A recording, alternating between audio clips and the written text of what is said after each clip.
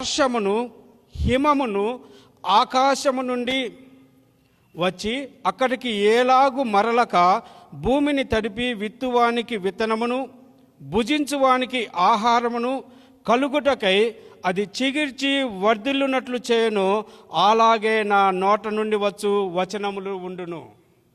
నీవు ఇప్పుడు ఏమైతే వింటూ ఉన్నావో, ఏ మాటలైతే యేసుక్రీస్తు తన శిష్యుడి ద్వారా నీతో మాట్లాడుతూ ఉన్నాడో, ఈ మాటలు నీలో ఏ విధముగా నెరవేరుతాయనంటే, ఆకాశము నుండి వచ్చినటువంటి వర్షము హిమము మంచు ఈ భూమిని తడుపుతుంది, విత్తువానికి విత్తనమును భుజించువానికి ఆహారమును ఇస్తుంది.